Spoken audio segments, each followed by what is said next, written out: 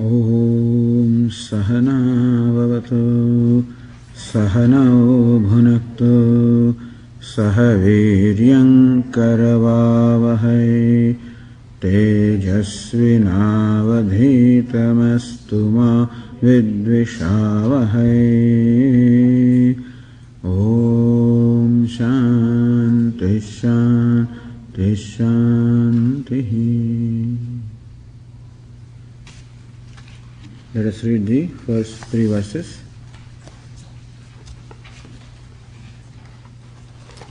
Śrībhagavānu vāca anāśritah karma phalam kāryam karma karoti yaha sasannyāsī ca yogī ca na niragnir na cakriyah yam sannyāsamiti prahuhu yogam tam vidhi pandava nahya sannyasta sankalpaha yogi bhavati kaschana ārurukṣor muner yogam karma kāranamucyate yogarūಢasya tasyaiva shamah kāranamucyate.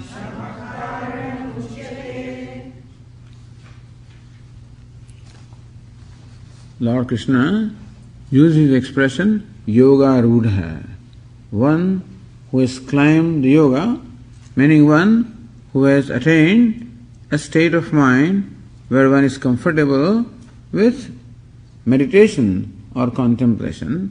One has gained the capacity to apply one's mind for meditating upon the self or contemplating upon the self. So when does this happen? What is the state of mind which we call yoga rudhatvam? Or what's the state of mind when one becomes ready for meditation, ready for contemplativeness? That is what the fourth verse tells us. Let us read that. Yada hinendriyartheshu na karmasvanusajjate sarva sankalpa sannyasi yoga rudhastadochyate.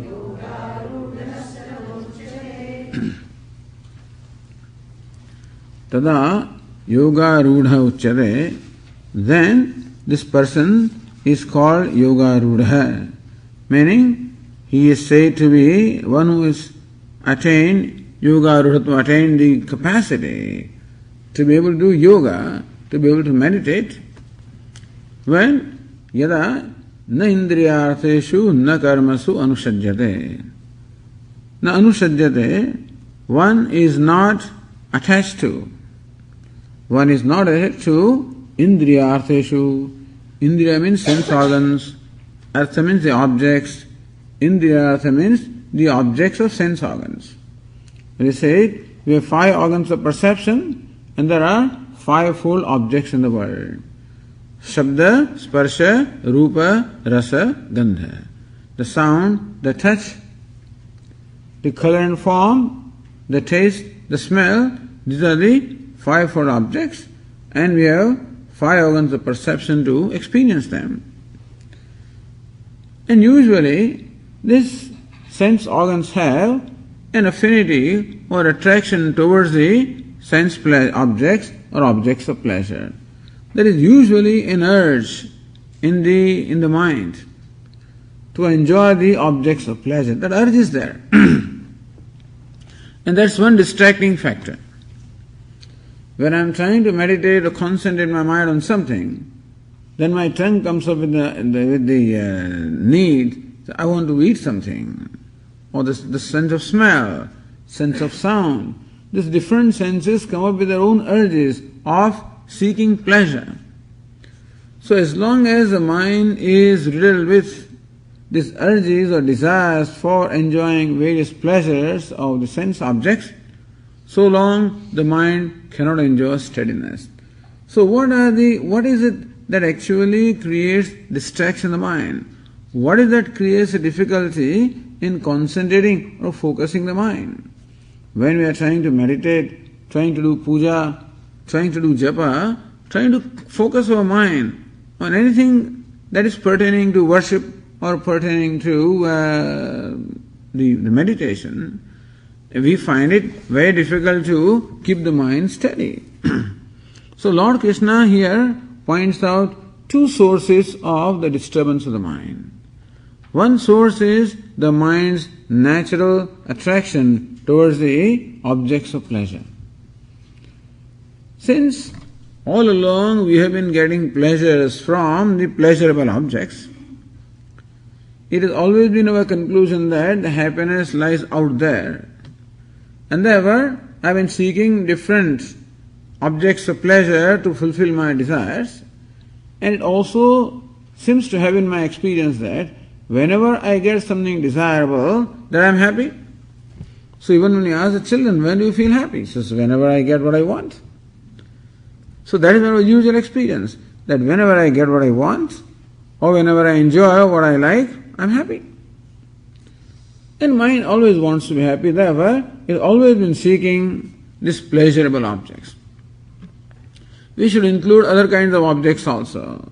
We should also include the objects of the ego. The ego gets pleasure out of getting power and recognition and wealth, etc. We can also include objects of emotions because our mind gets pleasure out of company of the people or the things that it loves. So we get pleasure at different levels. We get pleasure at the level of senses from the sense objects. We get pleasure at the level of emotions from those whom we love. We get pleasure also at the level of intellect in knowing new things. Swami, this is a very wonderful movie about the birds, excitement. You want to learn about those things. So Discovery Channel and whatever. So where you learn new things. And there is a great joy involved in satisfaction of the intellect. So intellect also is seeking satisfaction, intellectual gratification. And the ego is seeking gratification, as we said, when it gets importance, it gets recognition, it gets respected, when it gets power, it gets dominance, it gets wealth. All of these the mind is seeking. And so, all of these are objects of pleasure at different levels because we have been getting our pleasure from them. And therefore, these things which are there in the world, they keep on impacting me by creating in me a desire to enjoy them. So there are all these huge hoardings are there, you're driving along the road, all you see are different kinds of hoardings, different things. Whether they are computers, whether they are movies, whether they are restaurants, whatever, all kinds of things are there. And as you see them, or there are storefronts are there and you're walking by, all of these have impact upon you. And they create desire to enjoy them. So right now the situation is that the world keeps on creating in me desire to acquire and enjoy various things. And that is one major source of disturbance in the mind. Because even when I close my eyes and I'm trying to think of something, then the desires or those tendencies of seeking pleasure which are already there in my mind, they arise. And they create in me again the thoughts of desirable objects. So mind likes to think about what it loves. So rather than thinking of what I want the mind to think, I want the mind to think of Lord Dakshinamurti. But mind has its own agenda. It wants to think of coffee. When is this meditation be over, so I get coffee. I get my breakfast, I get this, I get my walk, whatever. So mind finds pleasure from other things. As yet the mind has not discovered the joy of meditating on Lord Dakshinamurti. And so the mind will naturally think of that from which it gets joy. So understand that this is the nature of our mind, is always seeking gratification. And therefore, so far it has been seeking, finding gratification, experiencing gratification from the objects of the world of different kinds that we describe. And as long as it does not find satisfaction within, or as long as it does not find satisfaction from what activity we give it, so long it will run away to there where it finds its satisfaction. So a child, poor thing, has been playing whole day for the whole year. Now comes the examination time. And mother has commanded no more playing, no more going out to neighborhood, nothing. Sit home and study, morning till evening. So what do you expect? This poor child looks at the book and dozes off because it doesn't interest him at all. Geography and geometry, nothing, doesn't interest him. He only thinks of his friends or playing with marbles and playing with this and that's all he thinks about. So mind likes to think about that which it enjoys. So the children then complain, Swamiji, I can't focus. I can't focus on my study. What should I do? But then when you're studying a storybook, do you focus? Then he focuses all right because he enjoys that. When you're watching TV, do you focus? Yes, no problem. While watching movie, no problem. While playing video game, no problem. No problem in focusing. He can shoot out everything, which I cannot do. When it comes to geography or whatever, because there's no interest. And therefore, when will our mind stay with us? Only when it discovers an interest with itself. Whenever it can be happy with itself, then alone it will not run away in search of happiness. Like the cat, starts out in the morning, hunting for various things, looking everywhere, until its stomach is full. And so the mind also goes, as soon as it wakes up, it starts shopping. It just runs out to the organs of perception, to various objects, shopping for various kinds of pleasures. That's all the mind thinks. So, Lord Krishna says, Yadahi na indriyartheshu anusajyate, when the mind has no more any attraction for the objects of pleasure. Understand, it does not happen that it must have attraction somewhere. It has found a greater attraction, therefore is no more attracted to the objects of pleasure. Because if the mind has lost attraction of objects of pleasure and not discovered another attraction, then it's in a miserable state. Which is what sometimes happens, listening to Vedanta again and again, and listening to Vedantic teachers of this world is mithya, there is no happiness anywhere, etc., which is true also.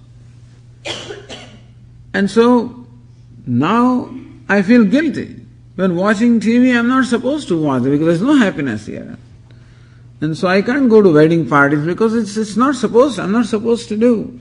And though the poor mind has lost the pleasure coming from these things, and then it doesn't have pleasure with itself, it's nowhere. So when Lord Krishna says that the mind has no more any fascination or attraction for the objects of pleasure, what is meant is that it has gained an attraction or fascination with itself, meaning that it has discovered a joy in being with itself. Because mind must always have joy. The reason why the mind runs out is because it just feels bored inside, that's all. You try to meditate, you try to do something inside, mind gets bored, it's not interested, doesn't get pleasure out of it, and so it runs away. So yada hinendriyartheshu, when the mind is no more attracted, and this is raga. The other thing is dvesha. Mind also thinks of what it hates, for whatever reason. Mind thinks of what it loves and also thinks of what it hates. What does it hate? Anything that comes in its way of love, that's what becomes an object of hatred. So that also mind thinks. So mind usually thinks about the thing that it likes and things that it does not like. So as long as there are ragas and dveshas, the likes and dislikes in the mind, so long the mind will think of objects of likes and dislikes. There's no choice.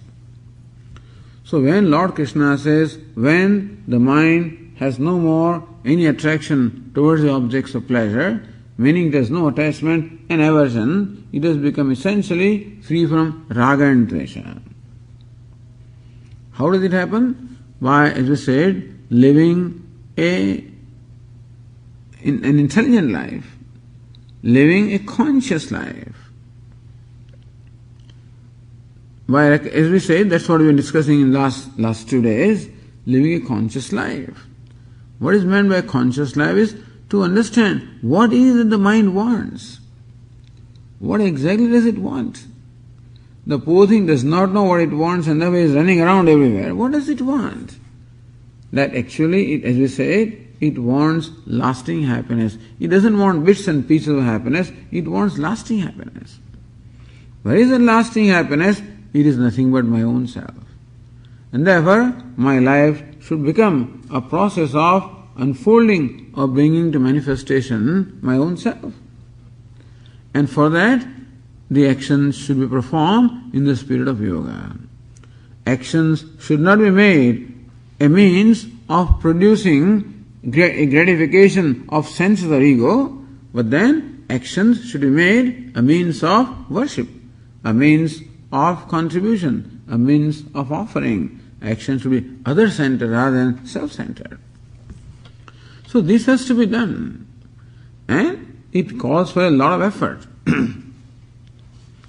So as a result of hard work, now the person has acquired a mind which has now become free from raga and dvesha, because it progressively discovers a satisfaction with itself.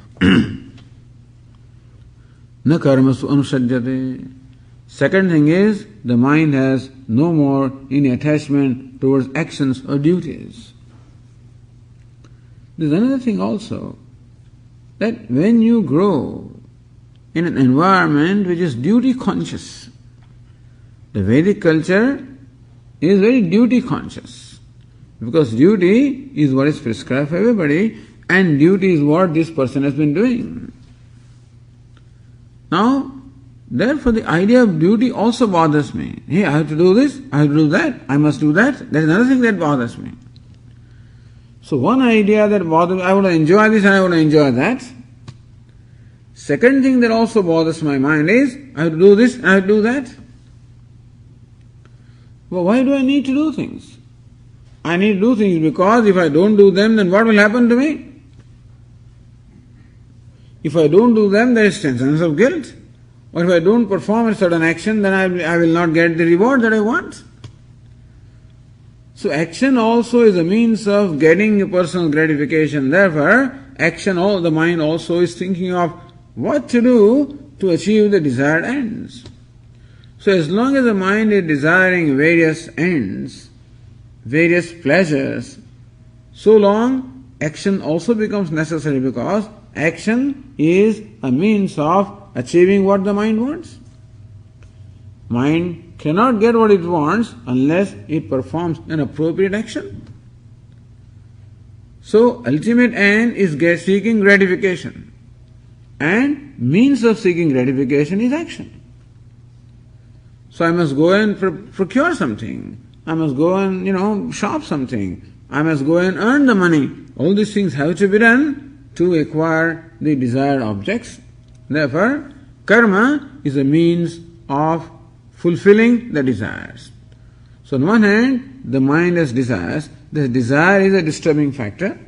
And to fulfill the desire, the mind plans about the various actions we perform. Then that action also becomes a disturbing factor. So Lord Krishna says that when the mind attains a state, attains that self-satisfaction, attains contentment, it is now happy with itself, so that it is no more in need of seeking gratification from the world. Don't say that it is no more seeking the gratification. We should say that it is no more in need of seeking gratification. As long as mind is needy, so long it will find its ways. But when its need of gratification is satisfied with its own self, as you say in the morning, when the mind, to the extent that the mind becomes clearer, to that extent the happiness which is my own self becomes more evident. And when thus the raga dveshas are gone, then the mind is quite content with itself, because the happiness which is a self is now a matter of experience. And therefore it has become free from the need of seeking gratification, and therefore has become free from need to perform actions. And duty also, as we said, can create a sense of guilt when I fail to perform my duty. When the mind recognizes that now I have done enough, mind is contentment that I have done what needs to be done. Now I have some other duty, now duty towards myself. So first the person has duty towards the world, and then he has duty towards his own self. So mind recognizes that whatever I needed to do for the world has been done. Says Manusmriti, Runani Trini Apakritya Mano Mokshe Niveshayed. When you have paid off your threefold debts. So Vedas talk of the debts. Jayamano e Brahmana Tribhir Runavan Jayate. A person, even as he is born with debt. Debt towards the parents and ancestors for their having given me this body and nurtured it and nourished it. Debt towards the teachers and sages for them having given me the storehouse of knowledge. The debt towards devatas, all various gods, for their doing what they are doing for sustenance of my life. So we are all indebted. And when we recognize how we are indebted in life, how we are always receiving the benefit of what everybody else is doing, a recognition of that brings in me a sense of gratitude, and therefore Vedas prescribe that a person should perform the duties in return the favor to the parents and ancestors, to the teachers and sages, to the gods, to other human beings, to other creatures, because you are receiving from them, and therefore it is your duty to return the favor. And therefore they say that if a person shirks this responsibility, he abandons his duties and runs away from the life and becomes a sannyasi, so sannyasa cannot be running away from life. It should be a result of having done what is needed to be done. So now person has satisfaction that I have done what was needed to be done. And therefore now I can attend to my own self, which is the self-knowledge, which is my spiritual growth, or to fulfill the basic need of knowing the self. So when that contentment also has come, that I have done what needed to be done. So when the mind is contented, it has become free from the need of seeking gratification because it is quite satisfied with itself. It is free from need to perform various actions to achieve things because now there is no need to achieve.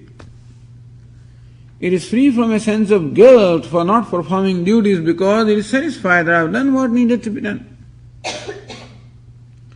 So these are the three sources of disturbance in the mind. One is the likes and dislikes I have towards objects and people and things.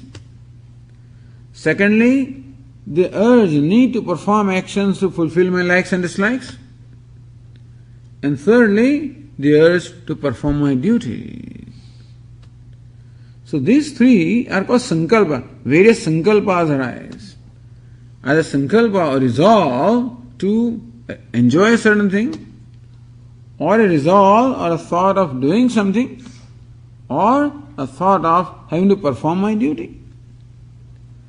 These three kinds of sankalpa thoughts are generally disturbing the mind. And that is what makes it difficult for me to perform my meditation or contemplation. Therefore, Lord Krishna says that when a person's mind has become free from all these three kinds of disturbances, as a result of having discovered a satisfaction with itself, a contentment with itself, an acceptance of itself, then you can say that he is Yoga Rudha. Now he is ready to give up all his duties, take to life of contemplation, take to life of pursuit of knowledge as a full-time basis. Earlier also he was doing. It is not that you have to become a renunciate to pursue the knowledge. You do along with your duties. But now that phase of Karma Yoga is over and he can totally devote himself to what needs to be done. Sarva Sankalpa Sannyasi, a person who has become free from all the sankalpas, all the thoughts of doing that or enjoying something. The thoughts pertaining to enjoying something or the thoughts pertaining to doing something. When a person's mind has become free from these thoughts, Yoga Rudha Tadochyate, then we can say that is Yoga Rudha. He has climbed the horse of yoga. Meaning that he has gained now the capacity to meditate or capacity to contemplate upon the self.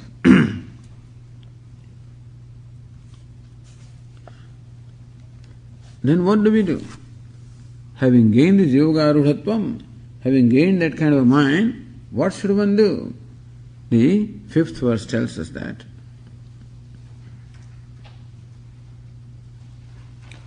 Uddharedatmanatmanam natmanamavasadayed Atmaiva hyatmano bandhu Atmaiva ripuratmanah.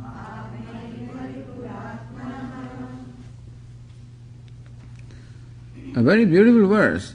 Uddharet atmana atmanam. May one lift oneself by oneself. So Lord Krishna says that we have to help ourselves. May one lift oneself by oneself. Lift from where? We are already drowning, or we are as though submerged in the ocean of samsara. So already we are submerged or drowning. From there we have to lift ourselves up. What do you mean we are drowning? We are submerged, or we are in the ocean of samsara? Because we are born ignorant, and as we said, ignorance creates an identification with my body-mind complex, and therefore I take myself to body, I take myself to mind or intellect, and therefore I suffer from a sense of individuality, what we call ego, which is a product of identification with the body-mind complex. On account of taking the body to be myself, I look upon myself as a mortal being. I think that I was born, I'm going to die someday, I'm mortal, and therefore suffer from a sense of mortality, also from fear of death. This body-mind complex is a very small, insignificant thing, therefore always feel very small and limited. And there is ignorance in intellect, therefore I look upon myself as an ignorant person. So thus from the birth I am suffering from these complexes. That I am a mortal being, I am an ignorant being, I am a small being, therefore I am an unhappy being, I am a helpless being. So this is what I am in fact, this is how I take myself to be, this is my perception of myself. I am born with this.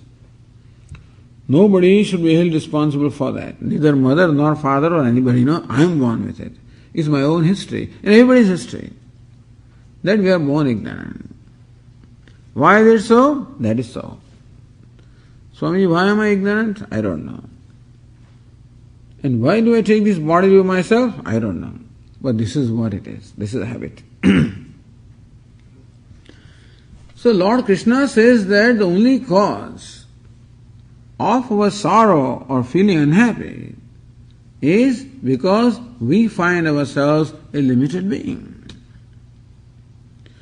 And if limitedness was my nature, then that limitedness would not bother me. Because everything is comfortable with its own nature. As we said, the fire is never bothered by being hot because it is its nature, it's comfortable. A worm that grows in poison has no problem with poison because that is its nature. When is the problem? When I am somehow deviated from or separated from my nature. So water has problem when it becomes hot because heat is not the nature of water. Therefore, it struggles to get rid of it. And so also, anytime I feel limited, I struggle to get rid of the sense of limitation. Anytime I feel helpless, I struggle to get rid of that sense of helplessness. I cannot stand helplessness, I cannot stand dependence, I cannot stand being controlled, I cannot stand sense of limitation. I cannot. Because all of this is against my nature. And all my attempts have always been to try to save myself from that. I am doing it. Whatever I am doing in my life is just to become free, to become independent, so that I am no more helpless. Swami, I have my own money, I have my own bank account, I don't bother, I am not dependent. I can take care of myself, I help myself, I assert my independence, I don't need anything. There is a need. The way we are trying to satisfy that need is not going to work out. I can never become independent that way because there is an interdependence. I depend upon the world for many things. And Vedanta does not say that even a liberated person is independent in that sense. He still needs to breathe air, so he requires air. He still requires sunlight. He requires earth to walk upon. He requires water to quench his thirst. He requires food to appease his hunger. He also requires that. So that way we can never become independent. Nor is it necessary to become independent. It is emotional dependence that we are talking about, which is where the samsara is. Emotional dependence. I cannot do without something. I cannot stand something. And so, all along in my life, I have been trying to become independent. I am trying to become free from limitations. That is what I have been trying to do all the time. Well, Lord Krishna says that if you do not do that intelligently, then instead of becoming free from dependence, you become more and more dependent. As they say, what is meant by progress? Progress is converting luxuries into necessities. So what was a luxury 10 years ago has become a necessity. I cannot do without a cell phone. I cannot.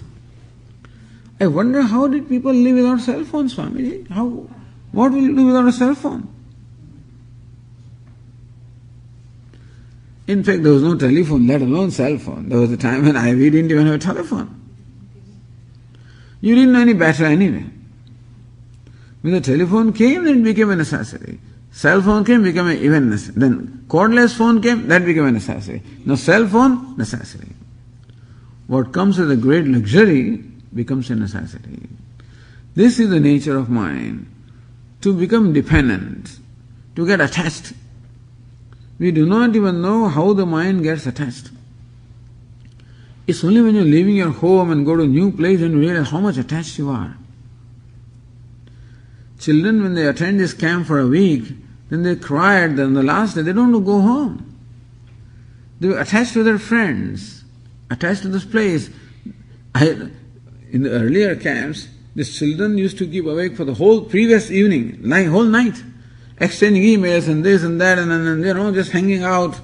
Because this is the last, they no more will be together. How we get attached to our home, to pieces of furniture, to our clothes, to various things. Let alone our children and our near and dear ones we get attached, but we even get attached to other things. Because when the mind discovers certain comfort, then it always wants more, and more and more and more, and soon before we realize we are attached. So there is bondage because when I cannot do without something, I am bound to that thing. Magnam samsara Viveka Chudamani. In fact, Viveka Chudamani explains this verse.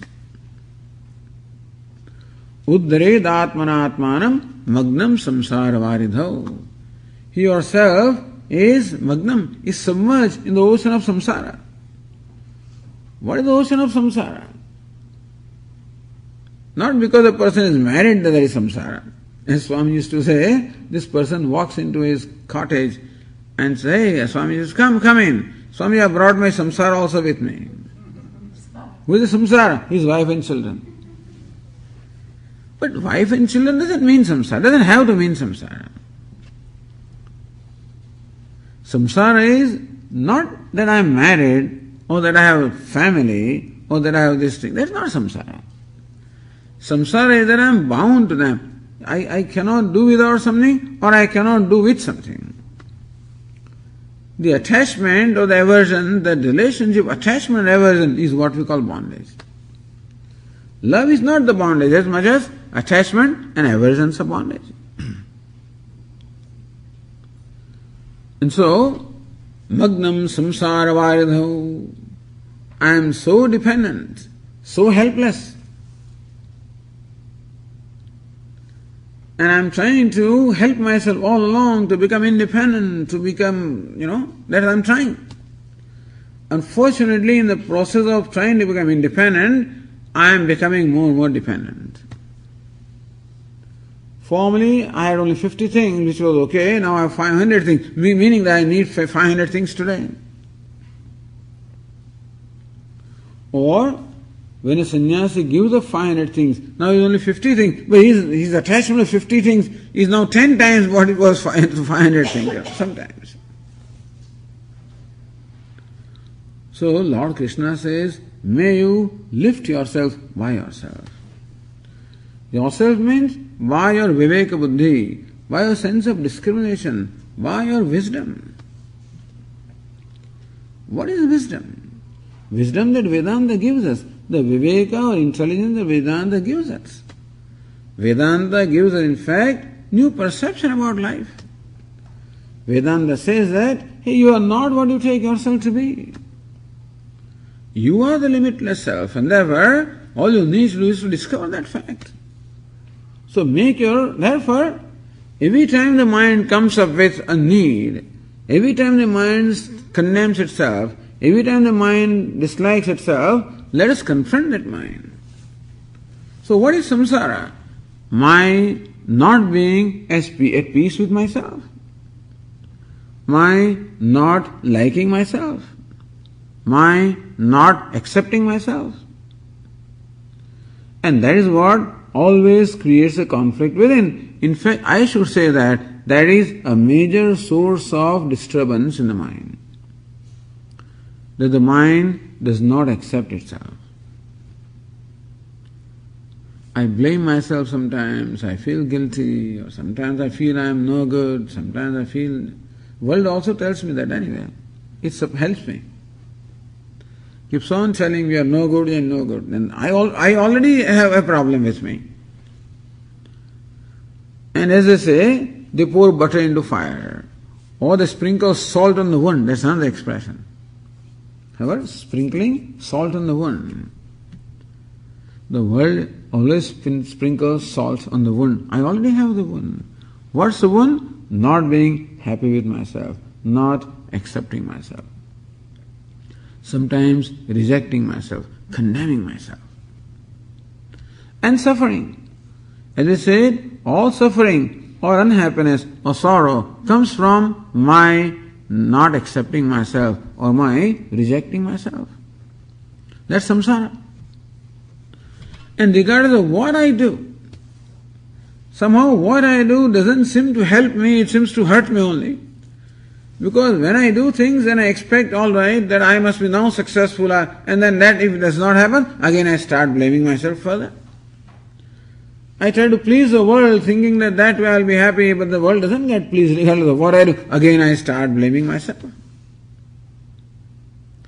In case I am able to please the world, then expectation of world also increases. The time comes when I cannot please them anyway. Even when I become successful, my own expectation of myself increase such that a day comes when I cannot meet with my own expectation of myself. So sometimes I am so hard with my own self. And regardless of what I do, I cannot satisfy myself. So Lord Krishna says, this is samsara. Nothing else is samsara. Not that I am born, or that I have a body, that I have a family. That's not samsara. That I have problem with myself. That's a samsara. And therefore, magnam samsara varidho, thus you are submerged in this ocean of samsara, or ocean of conflict, or ocean of sorrow, which is brought about by your own self. Therefore, uddaret atmana atmanam. Therefore, you should lift yourself, save yourself by yourself. If you see this tendency in the mind, address the mind and bring the right tendency.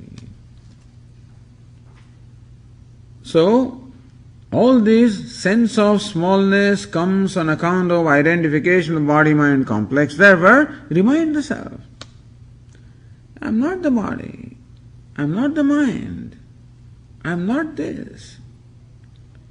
In fact, the fact is that I am Brahman. So this is the kind of contemplation that is required to be done. That's called Uddhara. The way to lift myself is to actually have the perception of myself as I really am. I remind, I am not what I take myself to be. Yes, this body is there, mind is there, intellect is there, this is there. But that's not I. I am someone different from them.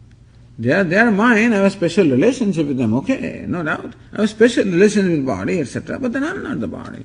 I have a special relationship with the house, I am not the house. A special relationship with my car, I am not the car. A special relationship doesn't mean that identification. You mind, don't judge yourself based on the limitations of the body. The body is always limited. Then don't judge yourself by limitations of the body. Don't equate yourself. Remind, in fact, that I am not the body, I am Brahman. That's what Upanishad teaches. This is called contemplation. And so this contemplation, this should be done all the time. Reminding myself that in fact, limitlessness is my nature, consciousness is my nature, happiness is my nature, freedom is my nature. And therefore, what I take myself to be is a notion about myself which is a product of ignorance. So mind's tendency to always look down upon itself, to always keep on branding itself as limited, and then demanding that I should be limitless, that's another thing. In fact, my mind demands that I should be perfect, I should be limitless, I should be free, I should be independent. This is what the mind demands. And brand itself as bound, as imperfect, and then suffers. So, ignorance has brought about certain patterns in the mind, some habitual patterns in the mind, habitual patterns of looking at our own self, which also brings about the habitual patterns of looking at the world. So my distorted perception of myself also brings about a distorted perception of the world and distorted perception of God. And it is this wrong or distorted perceptions which are the cause of my sorrow. And therefore, my constant effort is to keep changing my perception. When by habit the mind comes up with a complex of perception, I change it. It says, no, this is not right. At other levels also this can be done. Because of this sense of smallness, there is insecurity in me. Because of insecurity, I am always looking out for my self-interest. Therefore, I become a self-centered person. And therefore, whatever actions I always perform for self-gratification and nothing else. Unfortunately, more I gratify myself, more the need for gratification becomes, as we said, because this gratification is like fire, and more I try to satisfy that, more demanding it becomes. So let me recognize that this process of self-gratification is never going to be successful. And therefore, let me, as the Vedas or as the Bhagavad Gītā teaches, let my life become other-centered, not self-centered. Thus bring about a transformation in the thinking of the mind. To feel insecure is a habitual thing. And because of that, to perform actions to remove insecurity is also habitual. If insecurity was a reality about myself, someday I can actually remove it. It's not a reality. And therefore, these are not legitimate feelings about myself. It's like Don Quixote fighting with air, fighting with some imaginary thing. That's what I'm doing. I'm trying to remove some imaginary insecurity and imaginary things which are not there. And so, keeping this teaching in mind, this Viveka Buddhi, that may my life become karma yoga, let it become yoga. Even though mind comes up with resistance, it says, oh, but what will happen to you? So again, I keep on educating my mind that I can help myself only when I am other-centered. I am hurting myself when I am self-centered. Bring Ishvara into life. Insecurities are there. Remind the mind, who has taken care of you all the time? Even as you were born, everything was ready for you. The food was kept ready, the air was there, the water was there, whatever you needed was there. As you were growing up also, whatever you needed was always there, without even you asking for them. So there is somebody who takes care. Why are you worried? No, but what if my house goes away? So what will happen? Oh, I'll be on the sidewalk, so what? Suppose. If you keep asking, so what, you find that there is no big deal really. There are people who are living on sidewalks, there are people who live in hutments, there are people who do those things, and they live their life. Suppose that is the life, okay, but Swami, what will happen if that happens? We'll cross the bridge when it comes up. Right now I need not worry about things. Mostly it is all fear of the future. What will happen if this? What will happen if that? We'll see what happens. Whoever has given me this life, whoever has given me the life, also has been taking care of it. If he doesn't take care of it, we'll see. Unnecessary fears, unnecessary insecurities. It's not the fault of the mind because that is his habit. Thus, these are all what we call built-in habitual patterns in the mind, which are all self-hurting patterns. All the time, I'm hurting myself. And what I'm doing to prevent that hurt only brings further hurt. That is why the teaching becomes important. That let your life become yoga, life of yoga. May you become a contributor rather than a consumer. May you learn to be other-centered rather than self-centered. Don't compromise values. Be honest. Be truthful. But then, Swami, what will I get? You always finish the last if you follow these values. Doesn't matter. Be contented with what you get by your honest effort. Don't ask for something that you don't deserve, or that is not in your right, that you don't have right for. And therefore, be honest, be sensible, be responsible. Work hard, do the best that you can do, and whatever outcome it brings, be satisfied with that. But somebody has more, bless him if somebody has more. Don't feel jealous because somebody has more, bless him. And may God give him more. But I want more. Don't ask for anything. This asking means a beggar. If you ask for it, you will get it. You will not know what to do with it. What you have right now is the result of what you asked for. So it's better not to ask for anything. Leave it to God as to what to give me. Because in His infinite wisdom, He will give me the right thing. In my limited wisdom, I keep on asking for things and creating trouble for myself. So, O mind, don't remain a beggar. This is Uddharet Atmana Atmanam. May I be always looking at myself, looking at my mind, looking at the habitual patterns of the mind, and recognize how those ways of thinking are self-hurting. There is nothing else in the world that makes me unhappy. That's what Lord Krishna says. Atmaiva hyatmano bandhu atmaiva ripuha atmanaha. I can be my own friend, I can be my own enemy. So right thinking and right behavior is the way to help myself, and wrong thinking and wrong behavior is the way to hurt myself. It is I who can help myself, it is I who can hurt myself. This is a very peculiar thing about human being. As far as other living beings are concerned, as we said, they can neither help themselves nor can they hurt themselves. But then they cannot grow also.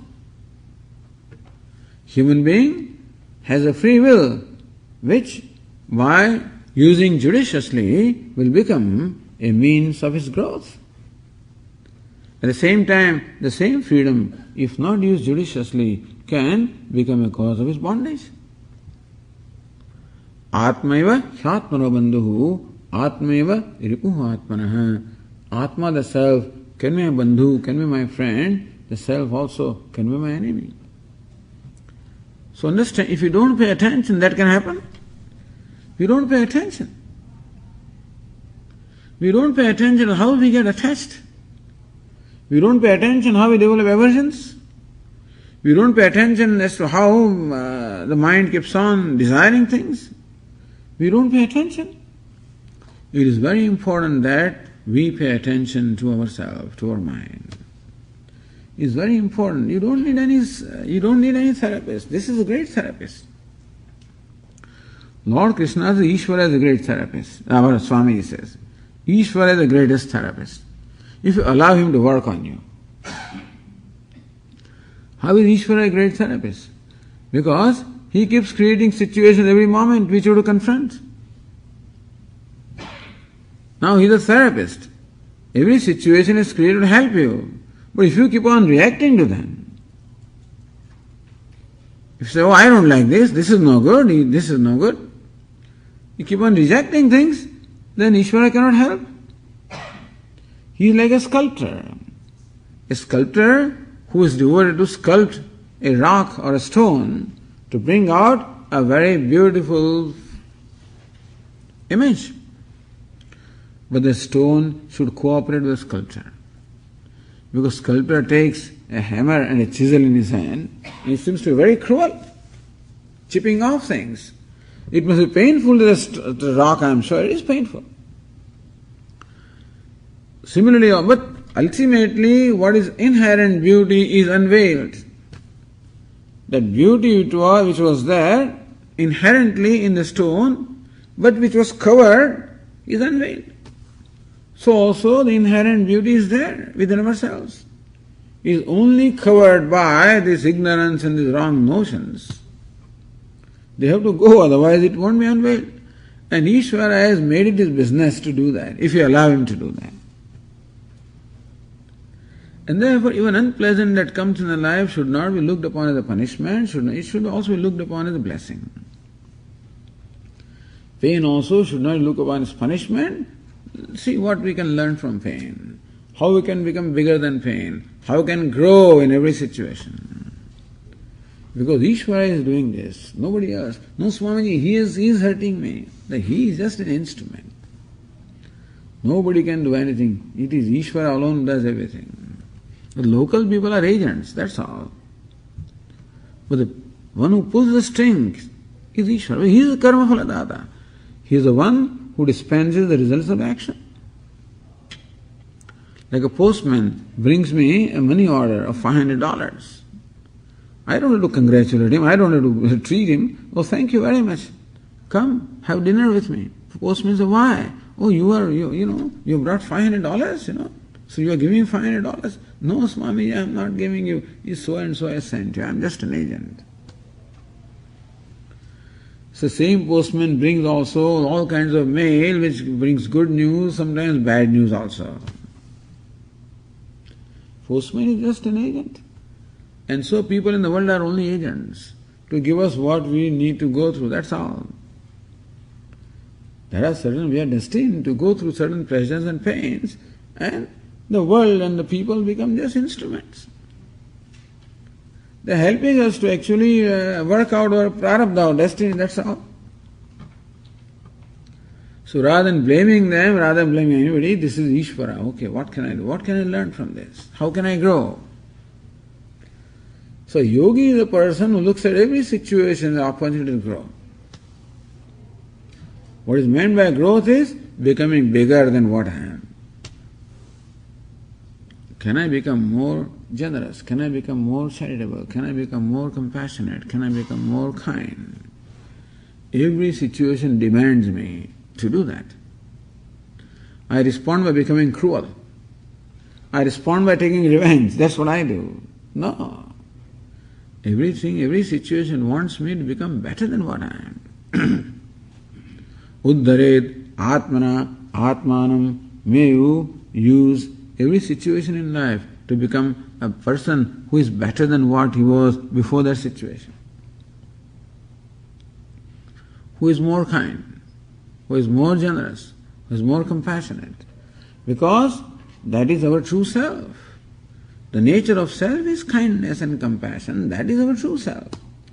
So whenever we act opposite to that, we are acting opposite of our own nature. So thus, Ishvara wants to do that to us, if we allow him. Therefore, what is meant by allowing Ishvara to do his job is, whatever Ishvara gives is accepted as prasada, is accepted as his gift, is accepted with grace. Then we can learn whatever we have to learn from that. So thus, life can become a process of learning and growing. So whatever we are taught two things here. We are taught Karma Yoga, we are taught Jnana Yoga. We are taught about how to conduct ourselves and what are the basic realities of life. So always keep on applying that. Meaning that the life which is right now based on ignorance and the various false notions born of ignorance should be turned around and should become now, it should be based on knowledge. It should be based on viveka or discrimination, based on the right kind of thinking. Not positive thinking, but the right thinking. Positive thinking will give you, it will help you a little bit, that's all. But they cannot go too far. Because as Swami says, with positive, there is a negative thinking also. So positive bring about negative also. Right thinking. Vedanta teaches us right thinking. So that's called viveka buddhi. That's called viveka or discrimination or discernment. Uddharet atmana atmanam. Therefore, may you lift yourself, help yourself by yourself. So, one part of our mind, which is called intellect, has now gained this new understanding. When we expose ourselves to the teaching of Vedanta, we get new understanding, we get new perception. There is another part of the mind which is what we call mind or manas, which is the habitual reacting faculty. So understand that there are two parts of the mind. One part is the thinking, knowing and thinking part, which has capability of analyzing and discriminating and choosing. Other part is what we call manas, which is the habitual part. which reacts, which doesn't think, it just reacts, where all these patterns or habit are built in. So therefore, with the thinking mind, may you educate the habitual mind. In the thinking mind, let there be right kind of understanding which comes by exposing ourselves to the teaching of Vedanta, and may that understanding be constantly applied to the reacting mind, to the habitual mind, so that both of them come in alignment. What we want is an alignment between the manas and buddhi with our emotions and with our understanding. Then we are yoga rudha. Therefore, Lord Krishna says that we constantly make an attempt, constantly strive to become yoga rudha, to gain a capacity of being with myself, gain capacity to be contemplative, gain a capacity to be to enjoy a mind that is a leisure, the mind that has the equanimity, that enjoys the balance. No atmana avasadayat, and don't ignore this, because if I do not help myself, I will hurt myself. There is nothing, no third thing. Swamiji, I don't care. I don't want to grow. But if you do not want to grow, then you will go down. They say that when everybody is running, you should run along with them. If you don't, then you will run over. Similarly, we have to run. And we have to, because if we do not, then the nature of mind being what it is, it will become more and more habitual, more and more reacting, and drag me further and further downwards. Therefore, we have to do this. This is called purushartha. This is real self-effort. And therefore, may the energies of the intellect and mind be used in this particular pursuit. And by the way, you also need to have money, etc., to sustain yourself. Do that. But while doing them also, do that on the basis of values, do that on the basis of yoga. Atmaiva hyatmano bandhuhu, atmai ripuhu atmana, because Atma, the self, can be my friend and myself can be my enemy. The friend out there is because I superimpose friendliness upon that. There's an enemy out there because I superimpose enmity upon that person.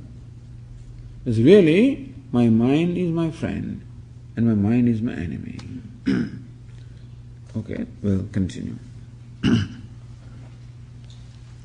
Om Purnamadah Purnamidam Purnat Purnamudachyate Purnasya Purnamadaya Purnameva Vashishyate. Om Shanti Shanti Shanti. Shankaram Shankaracharyam Keshavam Badarayanam Sutra Bhashya Krutau Vande Bhagavantau Punah Punah. Ishvaro Gururatmeti Murti Bheda Vibhagine Vyomavad Vyapta Dehaya Dakshinamurtaye Namaha.